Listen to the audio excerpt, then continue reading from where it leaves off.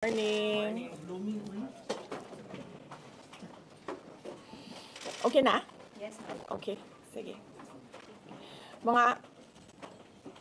Mga kababayan, Assalamualaikum warahmatullahi wabarakatuh.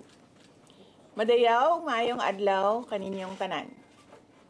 Magandang araw sa inyong lahat.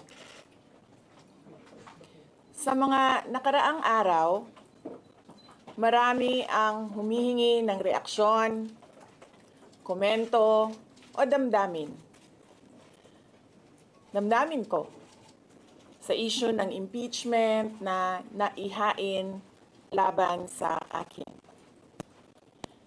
Sa kabila ng aking mga naging pahayag ukol sa planong impeachment sa mga nakaraan na buwan, ang tanging masasabi ko na lamang sa puntong ito ay God save the Philippines.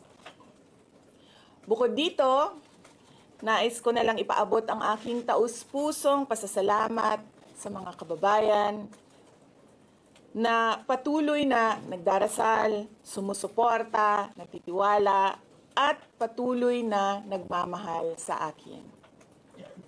Manalig kayo dahil sa taong bayan ang tagumpay. Syukran. I know, right? Braille. 3 questions, no follow-up. Okay. Oh. How are you? Ay, ayoko na. I'm okay. You've seen the list of those who signed, ma'am? Oo. Marami doon, mga inaanak, mga kumpare, mga nanghiling suporta sa inyo. What's your reaction?